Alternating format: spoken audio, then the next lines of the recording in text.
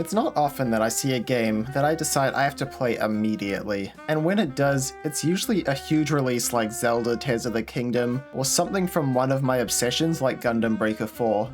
But this time it was a game by an indie studio releasing what I believe is their first title.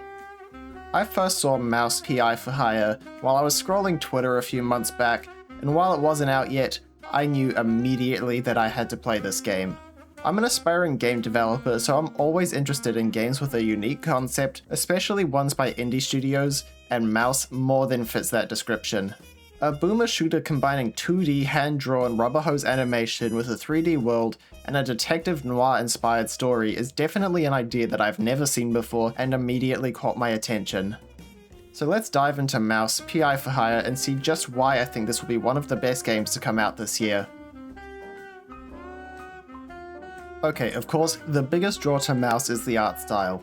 I know for a fact that it wouldn't have caught my eye without it. But it's just so unique. I'd be willing to put money on saying that there is no other game out there quite like it. Sure, we've seen games like Cuphead that use rubber hose animation, and the 1930s monochromatic 3D models are definitely reminiscent of Bendy and the Ink Machine, but combining the two of them together is wholly unique to Mouse, and fits perfectly with the Doom-inspired boomer shooter gameplay. The original Doom game's use of 2D sprites and 3D environments is iconic these days, and taking inspiration from that is perfect for Mouse because it allowed them to utilize the 2D art style where they did. The use of 2D rubber hose character designs, while of course looking incredibly striking, also creates a degree of separation between the characters in the world, which, since everything is in black and white, prevents enemies from blending in with the background, and for a fast-paced game like this, it's very useful and keeps things moving at all times since you always know what to look for. The art style both looks amazing, but also actively makes the game work better in my opinion. Another thing I really like is that since all the UI is done with 2D animation, whenever you pick up an object in-game or put something down, it switches what that object is. I just find it funny that, for example, you pick up what is a fairly normal-looking pistol or shotgun lying on the floor in the 3D world, and as soon as the player touches it, suddenly it becomes this goofy cartoon version of itself, and the game just acts as if that's completely normal. It does help to make it feel like, despite these two art styles being completely different and separate, they're all part of the same world. And finally, I just love the amazing attention to detail in all the 2D animated sequences. Every enemy has multiple unique death animations for every weapon. Each probably has at least 20 death animations, which is something they did not need to do, but they did it anyway. Admittedly, some of them are kind of horrific, but it really is impressive how much effort they put into it. It just shows how much love for the medium the devs had, that they went that extra mile to showcase it as much as possible. Gameplay is really solid. It's fast-paced, fun, and while challenging at times, does not feel unfair. Mouse very obviously takes inspiration from games like Doom and Half-Life, so if you enjoy games like those, you will almost definitely like Mouse. Mouse does sort of feel like a natural endpoint of those games. It's incredibly fluid, the map feels perfectly designed around the gameplay so that as long as you're aware of your surroundings, you can play in a way that you never stop moving, which I think is the sign of a well-designed boomer shooter. Now, would I say it's actually hard? No, not at all. I mean, I did play the game on normal difficulty, so I wouldn't expect anything insanely difficult, but I think it had the perfect level of challenge. If I actually played the game properly and paid attention to what I was doing, I wouldn't die. I may have come close a couple of times, but was always able to save it. Now, the times I did die were when I did something stupid or stopped paying attention to the game, which it did then punish me for, but I think that is how a game like this should be structured. And while obviously the game is focused around being a shooter, it does also have fun platforming segments that are also well designed with the movement mechanics, of which they give you plenty of options. So really, in some of the later sections of the game where it started combining multiple of them at once, it did make for some incredibly fun platforming. And the best part is when they started combining the two, allowing you to do more platforming focused movement within the arena, and it just works perfectly together, so that I didn't have any experiences like I did playing Half-Life where there were times that I felt they were trying to make two different games. Everything in Mouse feels like different pieces of the same puzzle. The other thing about the map design I do love is the number of secrets hidden throughout. While admittedly, I think the term secrets is used pretty loosely, because they aren't very well hidden. But it is always fun when you're going along to see a breakable wall just off to the side, or a room that's sitting just slightly out of view in the wrong direction to where you are going. Because who doesn't love finding something extra, and also causes you to just be that little bit more aware of what's going on around you, which adds to admiring the amazing world. Now, it's not perfect. While, like I said, the game does give you a lot of movement mechanics, I do feel some of them go underutilized. Some mechanics do feel like they get brought in and used for a level, but then just aren't really used in the following levels because they got made redundant by another mechanic that got brought in later.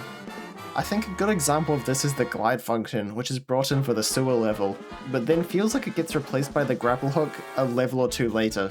Because the use case is just very similar. They both get used to cross gaps that you couldn't jump, or to reach platforms that are a little bit too high. And even when the glide did appear occasionally later on, I did always just kind of think, this could have been a grapple section instead because it was the mechanic I liked better of the two.